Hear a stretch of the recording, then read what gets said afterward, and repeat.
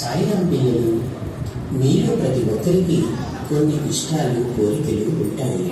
వాటిలో కొన్ని పెద్దవారి సహాయంతో, మరికొన్ని స్వయం కృషితో తీర్చుకోవాలి.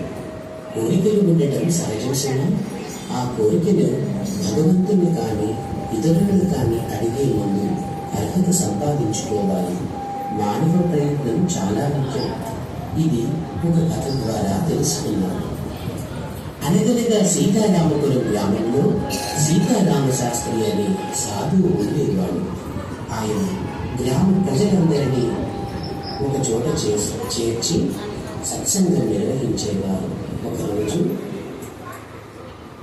ఆత్మీయ స్వరూపులైన మీ అందరికీ శుభాశిస్సులు.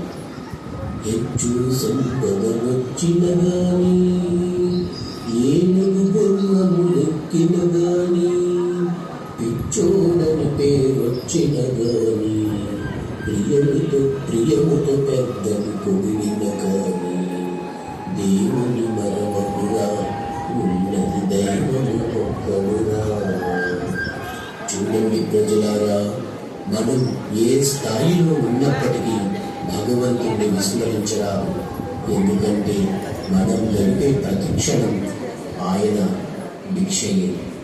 ఆ సర్వేశ్వరుడు దయామయుడు, ప్రేమస్వరూపుడు, సర్వశక్తివంతుడు, సర్వాధికారి.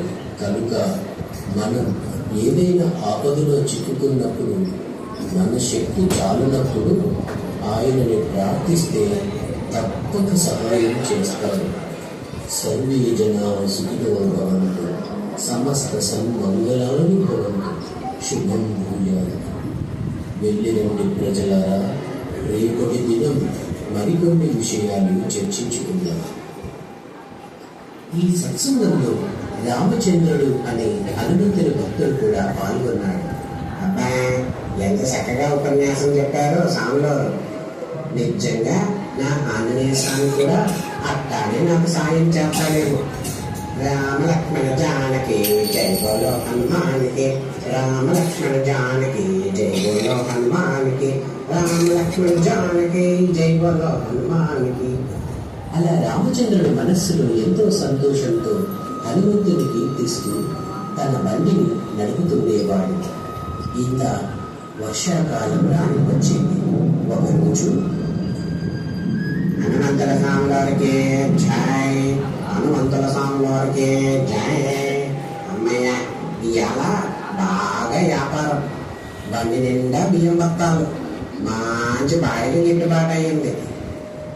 ఆంజనేయ పాహిమాం హనుమంత రక్షమాం, ఆంజనేయ పాహిమాం హనుమంత రక్షమాం. హై హై హై ఓ ఓ హై హై. ఎటైందబ్బా? వామో, బండి చక్రం ఇట్లా మట్టిలో కూరుకుపోయింది కబ్బా. ఓయమ్మ, చాలా లోపలికి పోయింది అదే. సాములు చెప్పారుగా, మనకు కట్టమొస్తే దేవుని ప్రార్థించమని. ఏమయ్యా అయ్యనయ్యా, ప్రేమతో రావయ్య, రామస్వామి వెంటడవు రావణ చక్రండవు, లంకిని చంపిన వీరాంజనేయ. ఎందబ్బా, ఆంజనేయ స్వామి ఎక్కడ? ఏడలో స్వామి? బండి చక్రం బయటపడాలి కదా. అంటే స్వాములు అసత్యం కట్టారేమో. ఆంజనేయ స్వామి, నీకు బలం లేదా? ఎందుకు సాయం చేస్తాడా లేవు?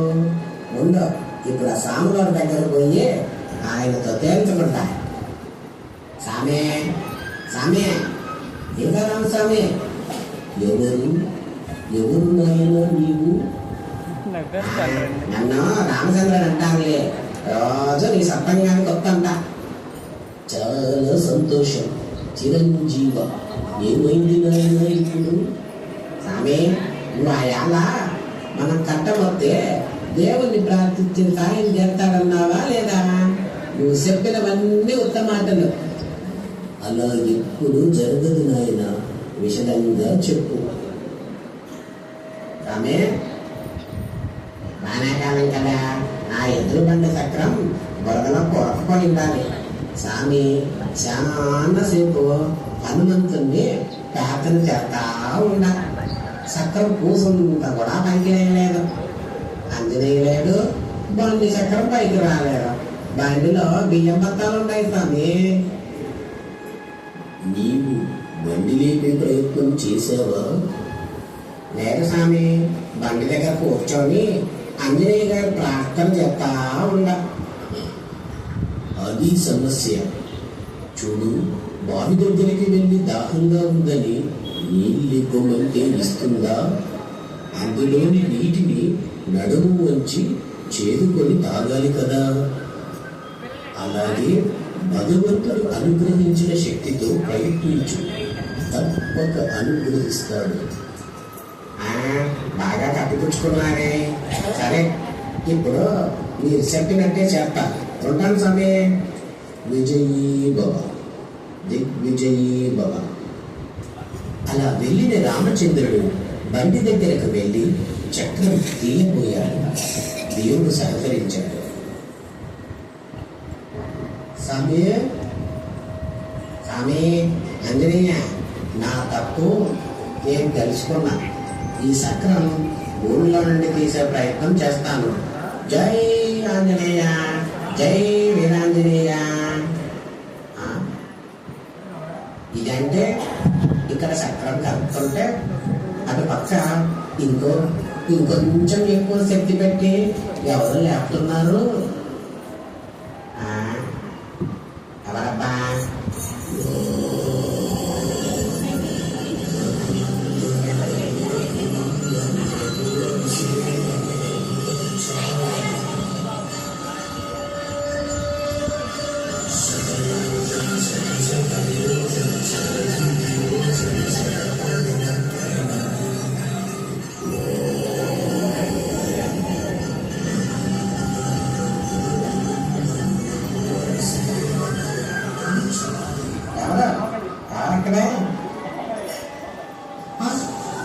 ఆంజనేయ స్వామి, ఆంజనేయ స్వామి, ఆంజనేయ స్వామి నువ్వా?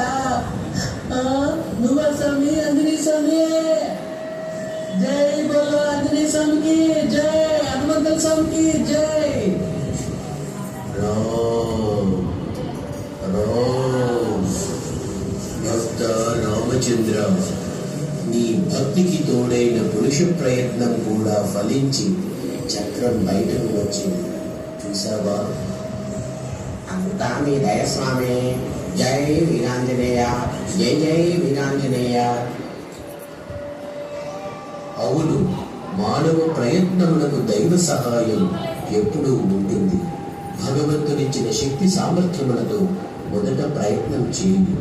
దైవం నీకు తప్పక సహకరిస్తాడు. ఇదే ఈ హనుమంతుడి వాక్కు. అట్లాగే స్వామి, ఇక మీద అందరికీ ఇదే దైవ సందేశంగా చెప్తా. ఆంజనేయ వీర హనుమంత సూర, ఆంజనేయ వీర హనుమంత సూర, వాయు కుమార వానర వీర, వాయు కుమార వానర వీర. అలా బండి పైకెక్కి ఎంచక్క రామచంద్రుడు హనుమంతుని కీర్తిస్తూ ముందుకు సాగాడు. ఆనాటి నుండి ప్రతి ఒక్కరికి మన శక్తితో మనం ఒక పనిని మొదలు పెడితే దైవం తప్పక సహాయం చేస్తాడని, దైవం వైపు మనం ఒక అడుగు వేస్తే 10 అడుగులు మన వైపు వేస్తాడని చెబుతూ వచ్చాడు. చూసారా పిల్లలు? మరి కోరికలను తీర్చుకోవడానికి దైవానుగ్రహం కావాలి. మరి ఆ దైవం యొక్క ఆశీస్సులకి పాత్రలవుతారు కదా. ఏదైనా ఒక పనిని ముందు మీ శక్తి వంచన లేకుండా కృషి చేయండి. అప్పుడే మీరంతా స్వామి మెచ్చే పిల్లలుగా ఉంటారు. జై సాయిరామ్.